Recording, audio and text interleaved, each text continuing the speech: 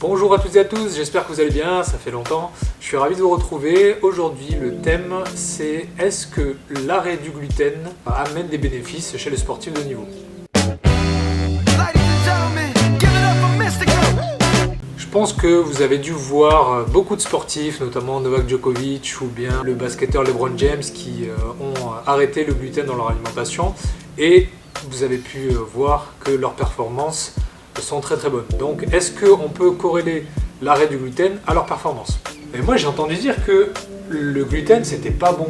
Eh bien en fait la réponse est très difficile à donner parce que la recherche n'a pas vraiment démontré des effets on va dire positifs si vous n'êtes pas intolérant, allergique ou bien tout simplement sensible au gluten. Tu peux répéter? Alors reprenons tout depuis le début.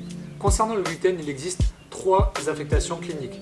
Il y a tout d'abord l'intolérance au gluten que l'on appelle tout simplement la maladie cœliaque. Il y a l'allergie au blé que l'on appelle l'allergie au blé tout simplement. Et la 3e catégorie, c'est celle dont on va le plus parler, c'est la sensibilité au gluten. Concernant la maladie cœliaque, de toute façon, si vous êtes cœliaque, il y a beaucoup de chances que vous le savez déjà en fait tout simplement. C'est une maladie auto-immune donc qui s'attaque à la paroi intestinale de vos intestins. Tout simplement quand vous mangez un tout petit peu de gluten, même sous forme de traces, ça crée vraiment des symptômes très très virulents et des douleurs très très fortes. C'est une maladie que l'on sait de mieux en mieux diagnostiquer. Depuis plus de 20 ans maintenant, il y a des marqueurs biologiques qui sont vraiment bien spécifiques de cette affectation-là. Concernant l'allergie au blé, tout simplement ce sont la présence d'anticorps que l'on appelle des IgE qui sont vraiment spécifiques et qui montrent une allergie vraiment vraie, on va dire, au gluten ou à certains composants du blé. Ok, mais du coup, c'est quoi la sensibilité au gluten? Eh bien, la sensibilité au gluten, si vous n'êtes pas cœliaque ou allergique au blé, vous êtes sensible au gluten. Il faut savoir que l'ensemble des symptômes que l'on peut retrouver dans cette affectation-là sont vraiment divers. Ça peut concerner de la fatigue, des problèmes de peau, des douleurs digestives, des douleurs articulaires. C'est vraiment...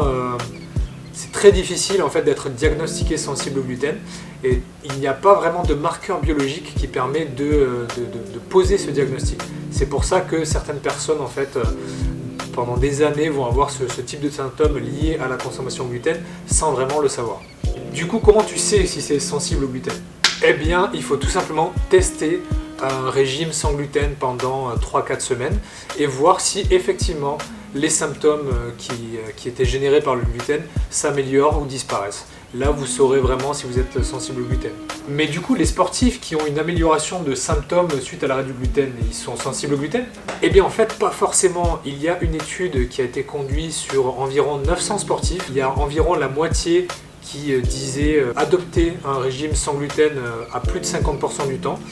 Et 25% d'autres sportifs qui n'avaient pas de symptômes adoptaient tout de même cette alimentation-là pour avoir des effets ergogéniques ou des effets sur la récupération ou sur la fatigue. Mais en fait, on s'est rendu compte que quand les sportifs ne savaient pas s'ils mangeaient du gluten ou pas, notamment sur une étude qui a été faite en double aveugle, eh bien, il n'y avait pas cette amélioration de symptômes. Autant dire que cet effet placebo que peut avoir une alimentation sans gluten ou même une autre composante dans la préparation physique ou dans la récupération ou dans l'entraînement, eh bien il y a un réel atout psychologique de ce genre de choses. En conclusion, si vous n'avez pas vraiment de symptômes liés à la consommation de gluten, il n'y a pas de raison ergogénique ou autre pour votre santé que vous le supprimiez de votre alimentation.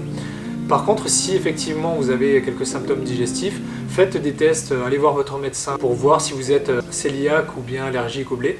Et si vous ne l'êtes pas, soyez attentif aux différents symptômes que la consommation de gluten peut vous provoquer.